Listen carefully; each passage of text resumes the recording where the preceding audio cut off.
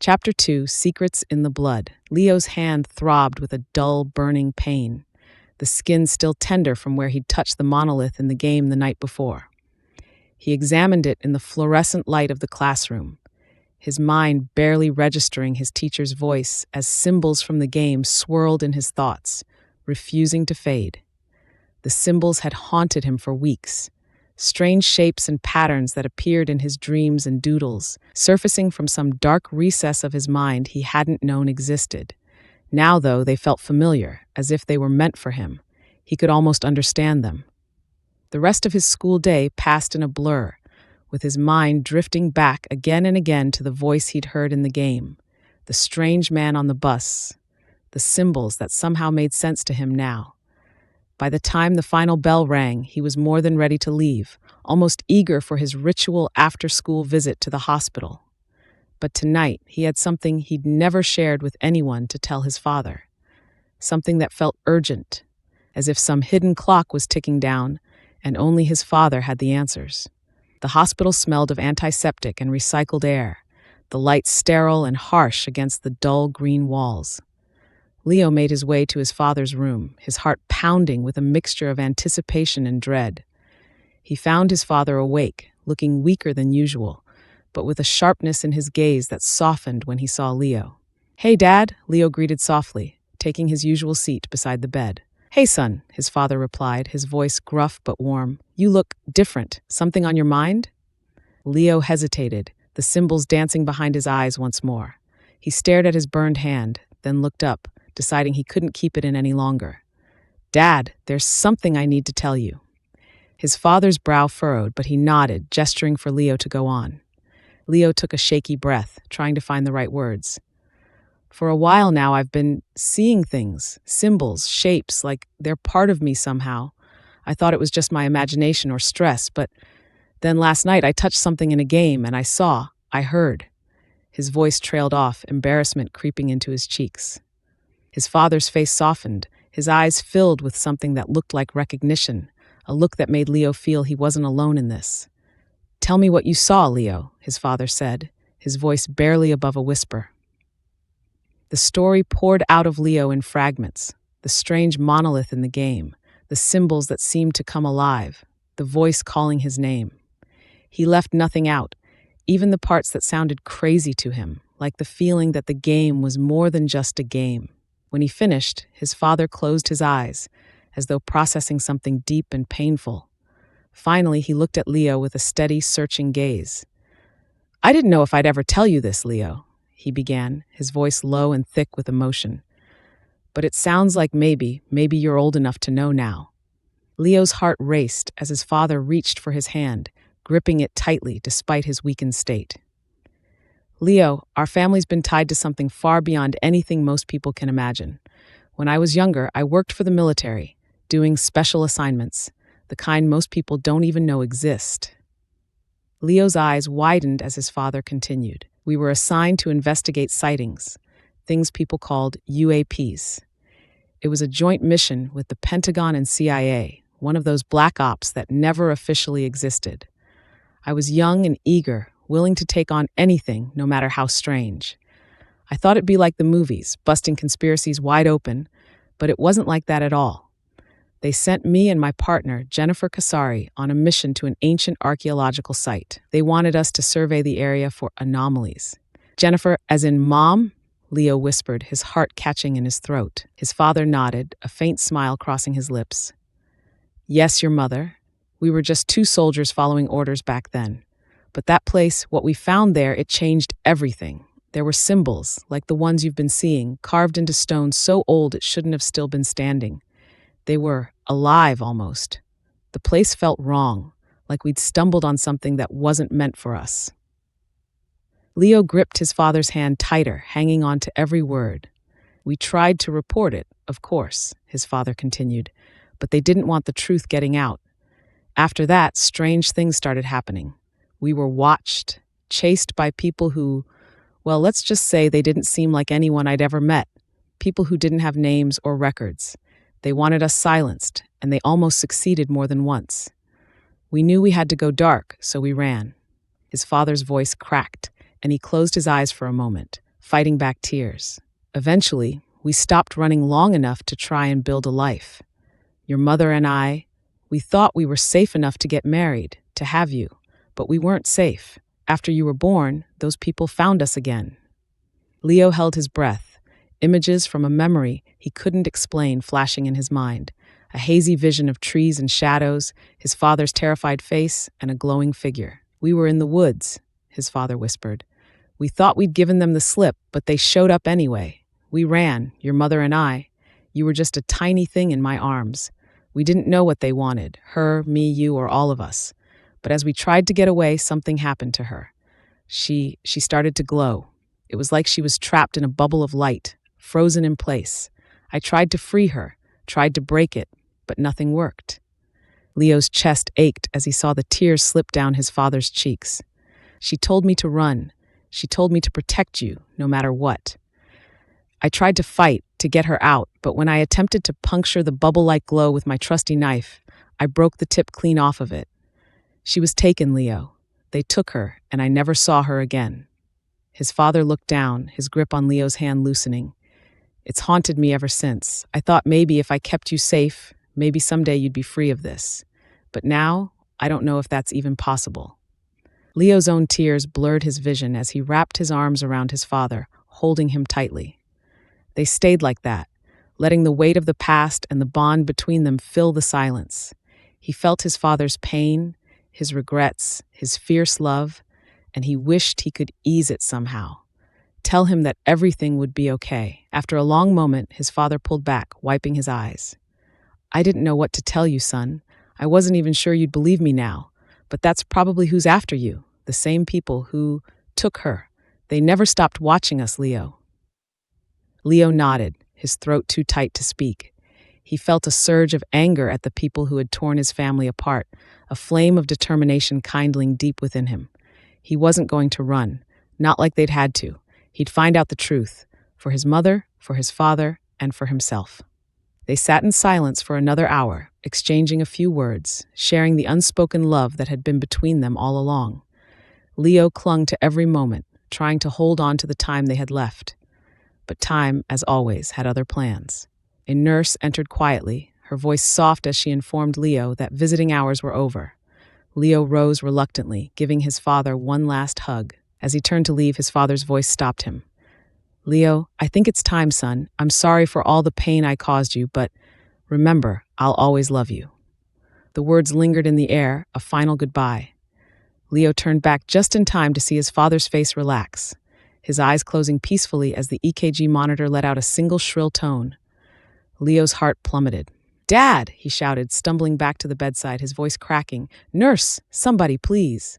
The nurse hurried back in, followed shortly by 2 more nurses and a doctor. Leo felt numb as they rushed around him, their faces tense and focused, but he knew the truth. His father was gone. He stood there, frozen, as the man who had raised him, who had fought so hard to keep him safe, slipped away, leaving him alone with secrets and a legacy he barely understood. A week later, Leo sat in his empty apartment, staring at the pile of bills and paperwork he'd been avoiding. His father's life insurance policies had been his final gift, taking care of everything Leo would need for the foreseeable future.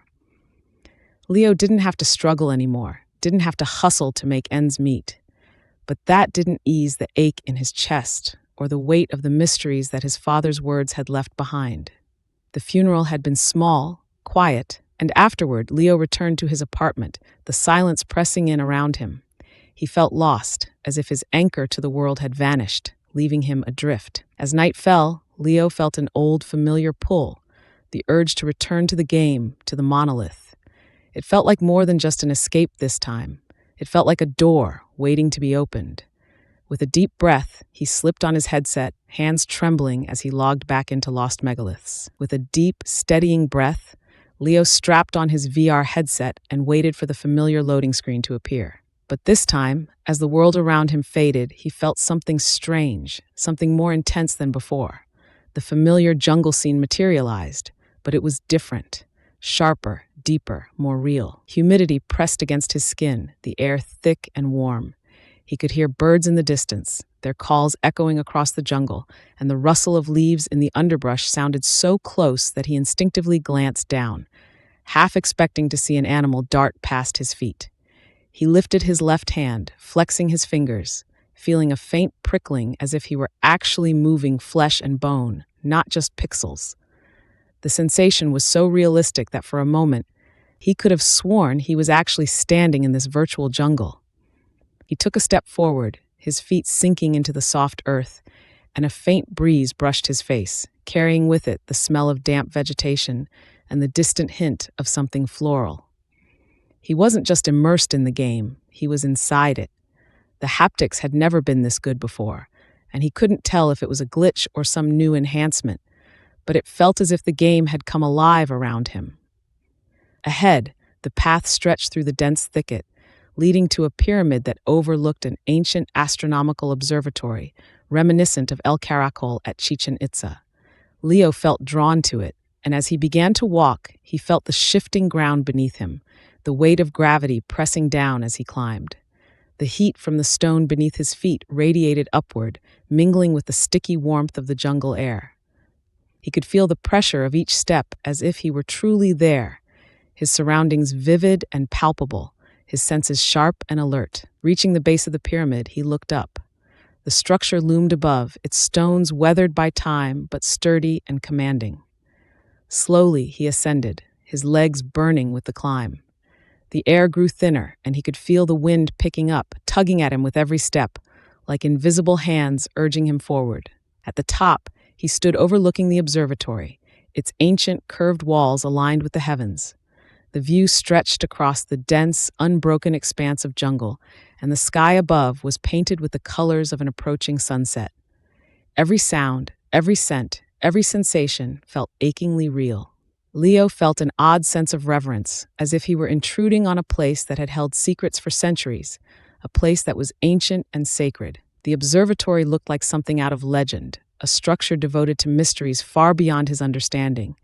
This was not just a game level, it was alive, breathing, as if waiting for him to unlock its secrets. He took another breath, steadying himself, his focus narrowing on the path ahead. He knew what lay in front of him. Trials, puzzles, tests, a labyrinth of challenges he'd faced before, but never with this level of intensity.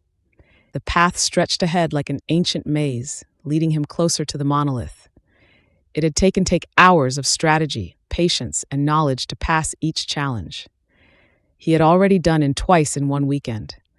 But now, with the game seemingly coming alive around him, he knew he was about to experience it all on a level he'd never imagined.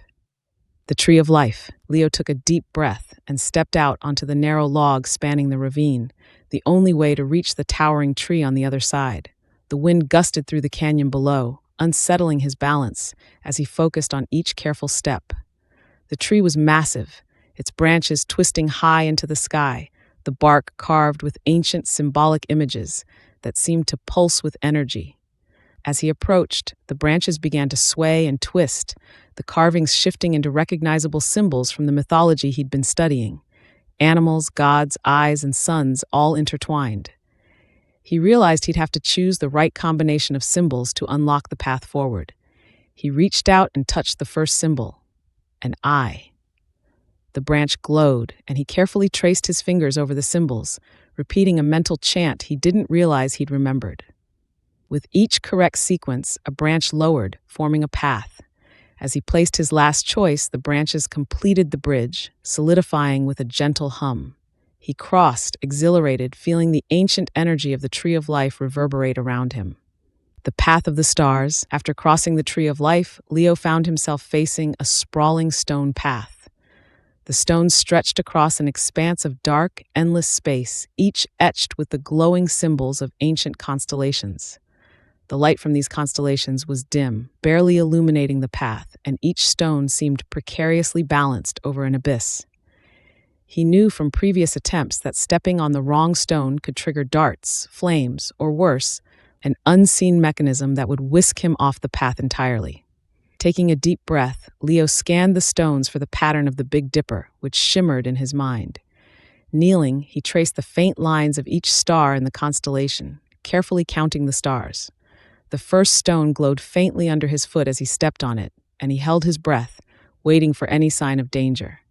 Silence. He exhaled, his heart pounding with the thrill of getting it right.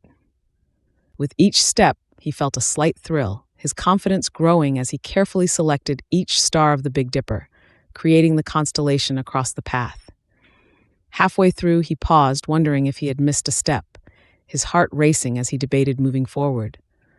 But something deep within urged him on, and as he took the last step, he felt a surge of satisfaction. The stones beneath his feet shimmered, acknowledging his safe passage, and he released a breath he hadn't realized he'd been holding. The Riddle of the Sphinx. The stone path ended abruptly, leading to a colossal sphinx carved from ancient sandstone, its expression fierce and regal. The sphinx's eyes glinted in the dim light, and its gaze seemed to penetrate him as if weighing his worth. After a moment, its mouth opened with a loud grinding sound, revealing a dark void within. The air grew still, and Leo felt a shiver of unease as the sphinx's deep, resonant voice echoed around him. What walks on 4 legs in the morning, 2 in the afternoon, and 3 in the evening? A classic riddle, he thought, smiling despite the tension that thickened the air. Man, he answered, his voice steady. A baby crawls on all 4s, an adult walks on 2 legs, and an elderly person uses a cane. The Sphinx's eyes flashed with a pale light, and its stony expression softened, as if acknowledging his answer. Slowly, a hidden stone door beside it began to slide open, revealing a staircase spiraling down into darkness. The Sphinx nodded, almost as if in approval, and Leo steeled himself, stepping through the entrance.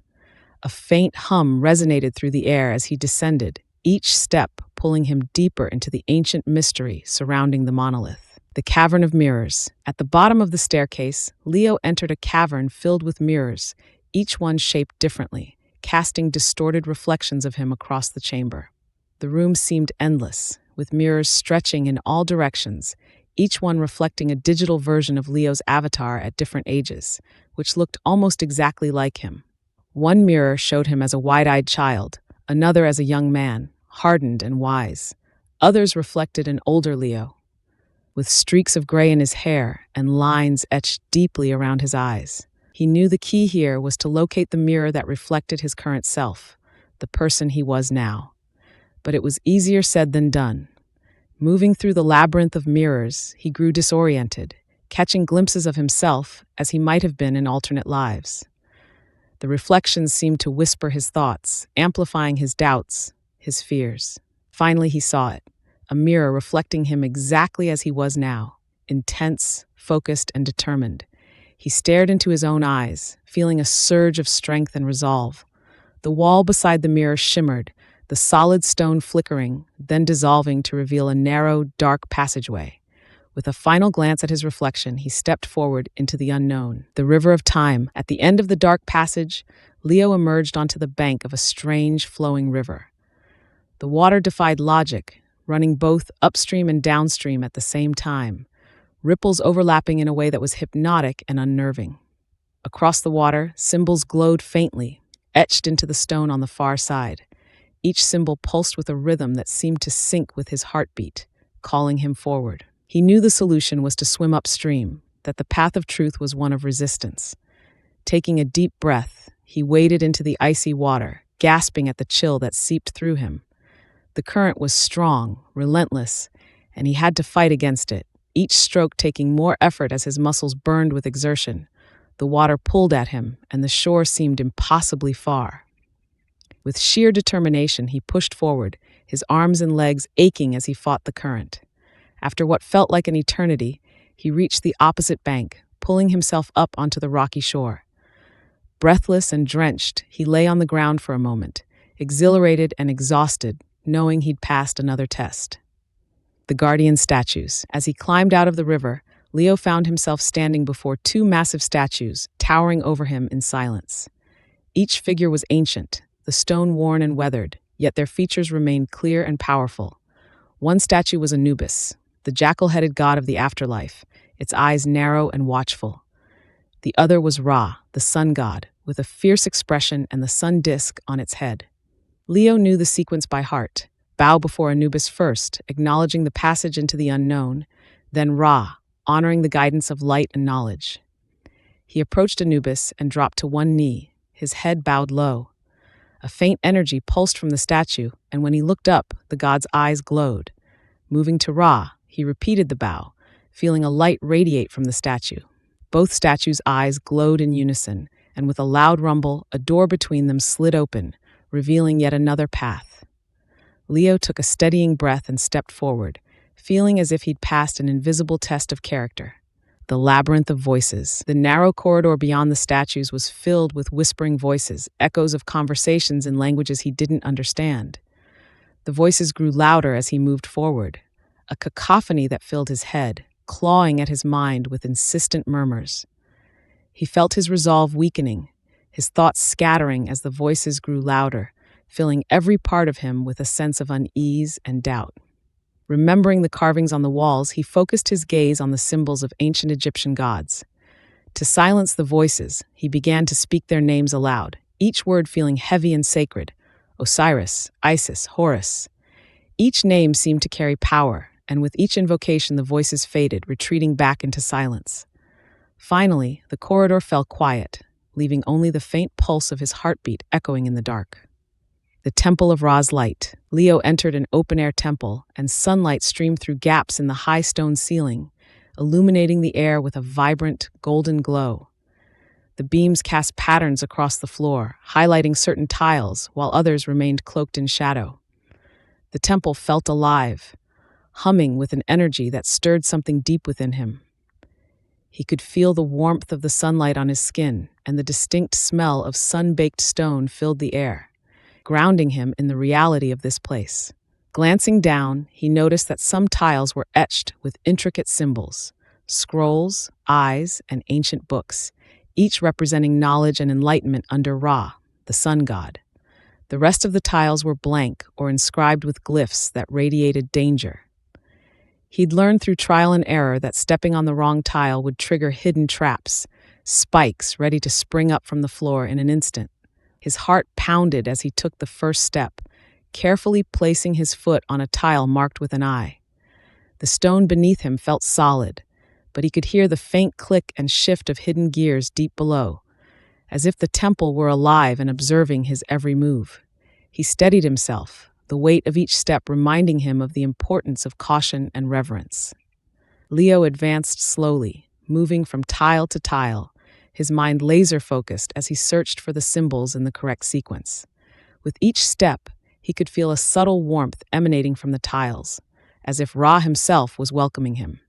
He was no longer simply playing the game. He was participating in an ancient rite, stepping carefully along a path designed to test his worthiness.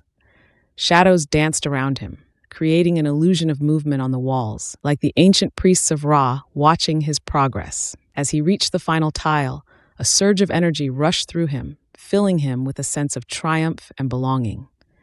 He had passed the trial, navigating a path that felt like a test of both mind and spirit.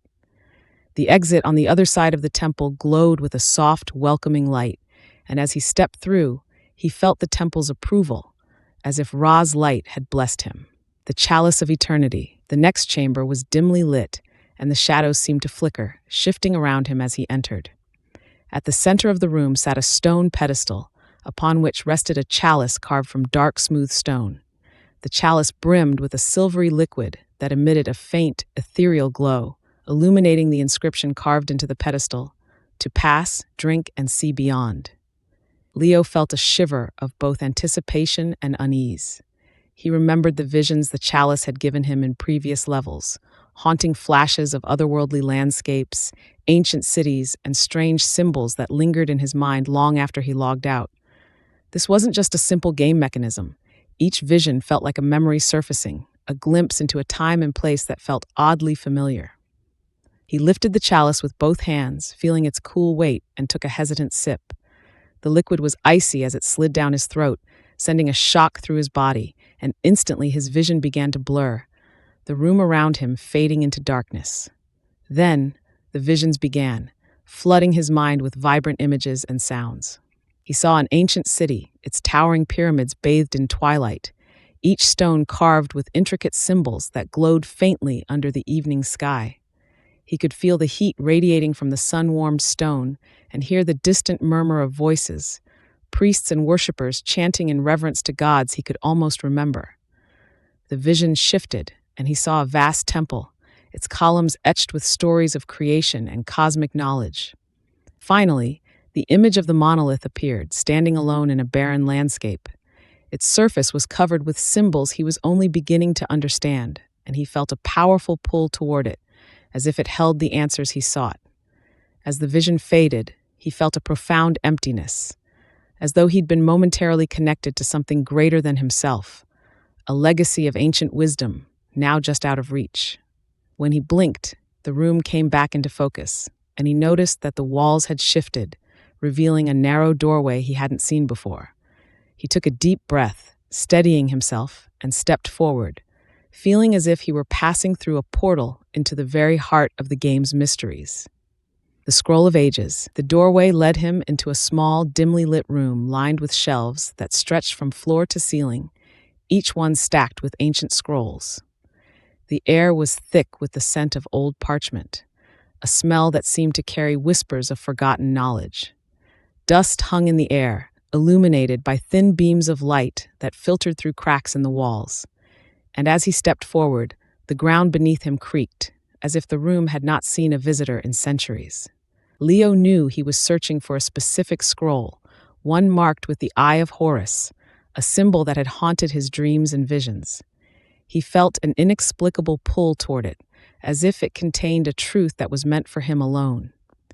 Moving slowly, he scanned each scroll, his fingers brushing over the brittle parchment, feeling an electric tingle each time he touched the ancient paper. Finally, his eyes landed on it, a scroll bearing the Eye of Horus, the symbol staring back at him with an intensity that seemed to pierce his soul.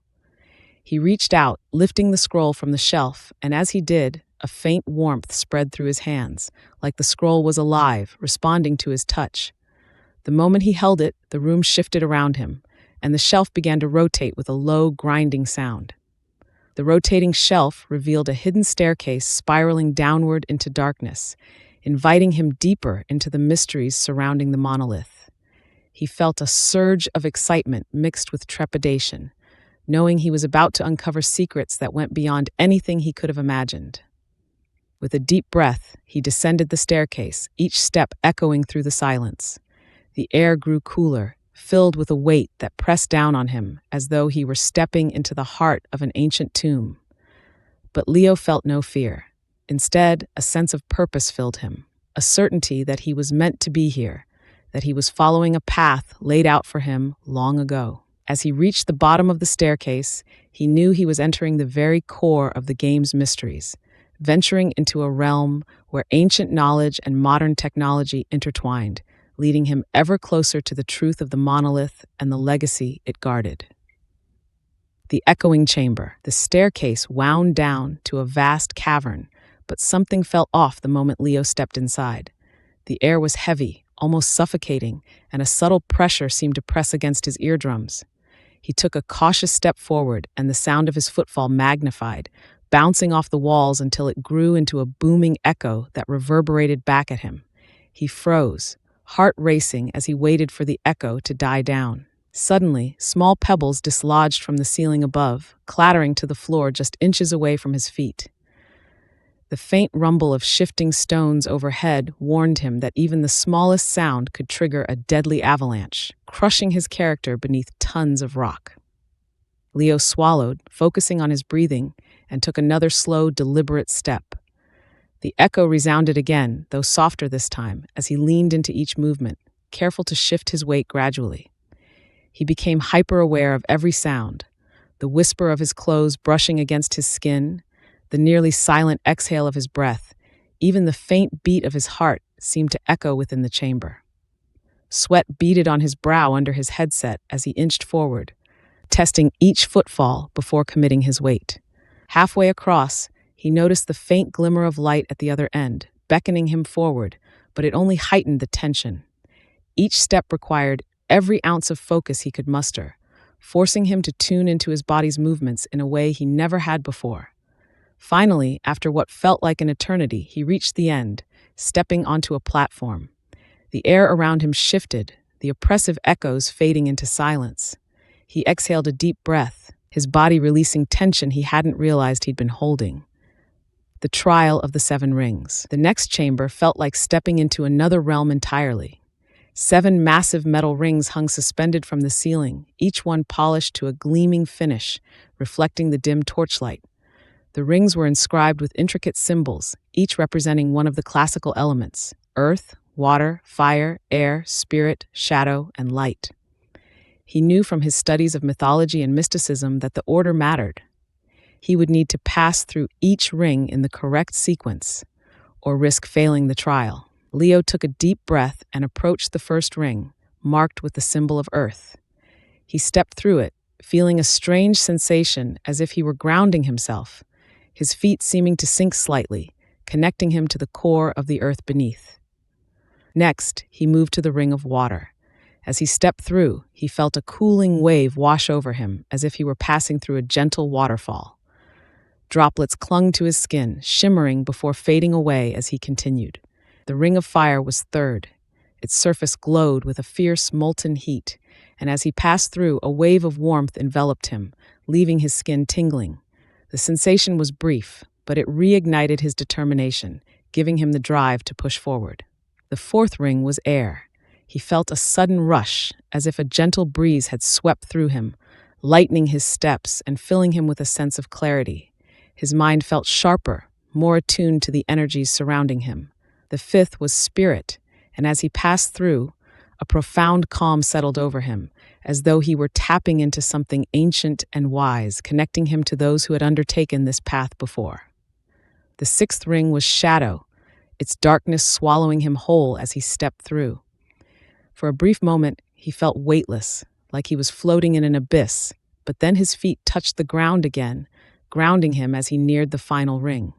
The last was light, and as he stepped through, a brilliant flash surrounded him. A surge of energy coursed through his veins, invigorating him and confirming that he had passed the trial. The chamber itself seemed to hum in acknowledgement, and he felt the passage forward unlock, granting him entry. The guardian beast. Leo stepped into a grand hall dominated by a massive stone beast, its body carved with precision, each muscle defined, giving it an air of terrifying strength. Its eyes glowed faintly, a deep molten red that seemed to see through him, watching his every move. As he approached, the beast's low, resonant growl filled the chamber, a sound that seemed to reverberate through his bones. "I am the beginning of eternity, the end of time and space," the beast rumbled, its voice deep and ancient, as though it had existed since the dawn of time itself. "What am I?" Leo's heart raced, but he forced himself to remain calm, focusing on the riddle. He repeated it in his mind, rolling the words over until the answer clicked into place. With a steady voice, he answered, "The letter E." The beast's eyes softened, and it inclined its head slightly, as if acknowledging his wisdom. The tension in the room lifted, and the massive creature shifted, its heavy stone limbs grinding as it moved aside, revealing a doorway at the far end of the hall. With a mixture of relief and awe, Leo walked past the beast, feeling its gaze follow him until he passed through the door. The circle of life. The room he entered was circular, its walls adorned with carvings of the cycles of nature, blooming flowers, falling leaves, crumbling bones, and newly sprouted seeds. On the floor were 3 large symbols representing life, death, and rebirth, each one intricately detailed and pulsing with a soft, otherworldly glow. He stepped first into the circle of death, and immediately a chill seeped through him, settling deep in his bones. Shadows danced at the edges of his vision, and he felt the weight of all endings pressing down on him, a cold, somber presence that reminded him of his father's recent passing. He shivered, embracing the sensation and acknowledging the inevitability of death. Next, he moved to the circle of rebirth. Warmth blossomed within him, countering the chill as a faint glow surrounded him. It felt like he was emerging from darkness, reborn into light, as though he were part of a grand cycle that had no true end. Finally, he stepped into the circle of life, and a golden glow enveloped him. The air filled with the faint scent of wildflowers and the sound of birdsong, a comforting reminder of the beauty and resilience of life. His heart swelled with the warmth, filling him with renewed strength and purpose. The door before him opened with a soft hum, inviting him forward, and Leo felt a profound sense of calm settle over him. Each trial had tested him, but now he understood that he was more than a passive seeker.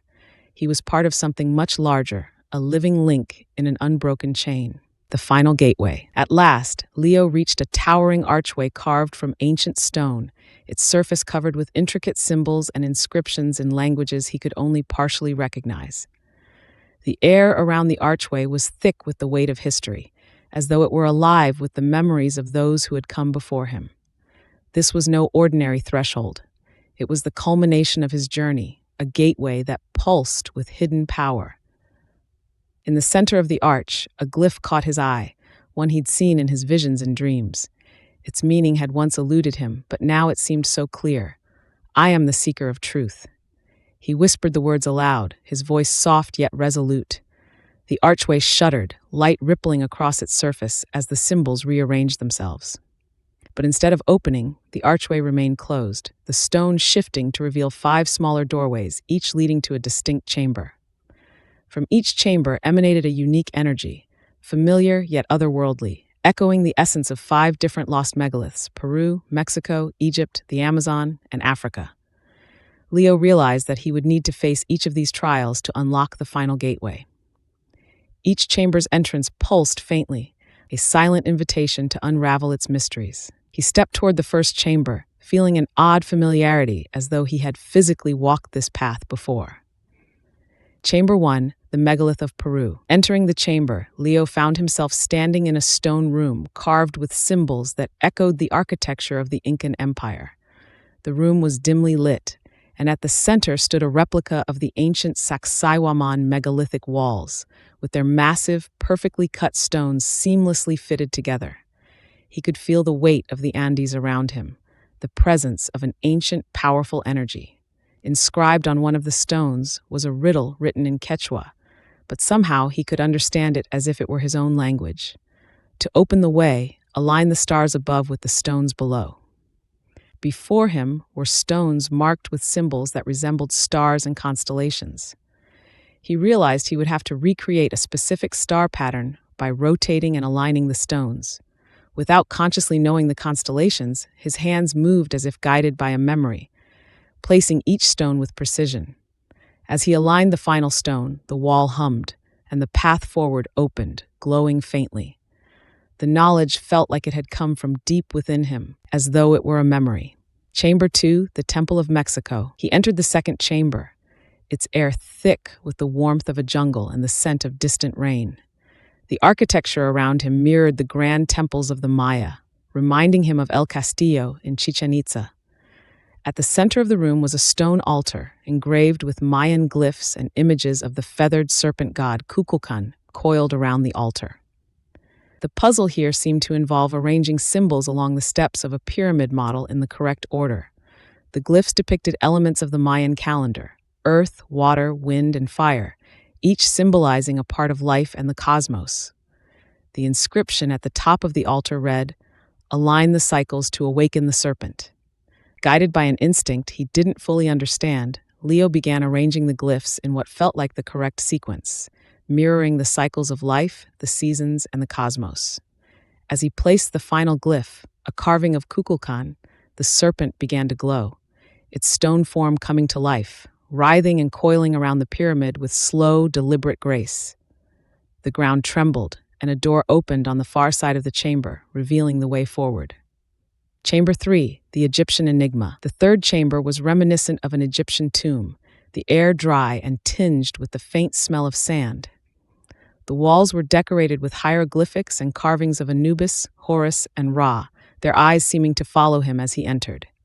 At the far end of the chamber was a replica of the Great Sphinx, and beneath it 3 smaller statues of the gods, each holding a different object: a staff, an ankh, and a feather. An inscription in ancient Egyptian adorned the base of the Sphinx: "Balance the heart against the feather, and the path will reveal itself." Leo instinctively understood that he needed to recreate the ancient Egyptian ceremony of weighing the heart. He began by placing the objects in front of the statues, trying to match each symbol's weight with the feather's lightness. The challenge required careful calibration and judgment, but as he worked, he felt guided by an inner certainty, as if he had performed this ritual countless times before. When the weights were perfectly balanced, the statue's eyes glowed, and the Sphinx slid aside, revealing a passageway. Chamber 4, the Trial of the Amazon. The fourth chamber was lush and green, vines creeping down the walls, the air heavy with humidity and the scent of tropical plants. At the center of the room stood a stone pillar adorned with images of animals and plants native to the Amazon. Leo recognized symbols of the jaguar, the serpent, and the giant Amazonian trees, each one carefully etched into the stone. An inscription on the pillar read, "The guardian spirits guide the brave. Align the creatures with their realms to open the way." He noticed smaller carvings on stones around the room, each stone engraved with animal tracks, leaf shapes, and river symbols. He realized he needed to match each animal to its habitat, the jaguar with the dense jungle, the serpent with the river, the eagle with the canopy. As he positioned each animal in its rightful realm, the air seemed to hum with approval, and a breeze stirred, carrying the faint sound of drums and chanting. The plants along the wall parted, revealing an exit bathed in soft green light. Chamber 5, the Stones of Africa. The fifth and final chamber was an open, airy space filled with the warmth of sunlight streaming through openings in the walls. A replica of the stone circles of Nabta Playa, an ancient megalithic site in the Nubian desert of Africa, dominated the room. Each stone was engraved with symbols, constellations, and images of animals associated with African mythology. In the center of the room was an inscription, "Align the stones to honor the heavens. Only those who respect the sky may pass." He observed that the stones were positioned to mimic the constellations of ancient African sky maps. His task was to realign the stones with the celestial order as it would have appeared millennia ago. Without fully understanding how he knew, he began to shift the stones, sensing the correct placement as if an ancient memory had guided him. When he aligned the last stone, the ground beneath him vibrated, and the constellations above mirrored those on the ground, casting their reflection across the chamber. The final doorway opened, leading him back to the towering archway, unlocking the final gateway. Returning to the main chamber, Leo stood before the archway, feeling a profound shift within him. He had passed each of the 5 trials, but he knew they were more than mere puzzles. They were echoes of a knowledge he felt intimately connected to, as though he had walked these lands, known these cultures, and carried their wisdom within him. Each trial had tested him, not only in intellect, but in spirit. The symbols on the archway began to glow, merging and rearranging until they formed a single glyph representing unity, knowledge, and eternity. The archway shuddered, and light spilled forth, bathing him in its radiance as it finally unlocked. With his heart pounding, he stepped through, feeling as if he were transcending time and space, journeying into a realm that held the truth of his soul's history. Beyond the archway, he found himself in the familiar clearing, facing the towering monolith. But this time, a new passage had appeared beside it, dark and mysterious, a pathway leading even deeper into the unknown. Without hesitation, he entered, guided by the monolith's glow, feeling the ancient wisdom within him come alive as he ventured deeper into the hidden level. As he descended, the whispers of countless voices filled his mind, calling him forward and urging him to uncover the truths hidden within.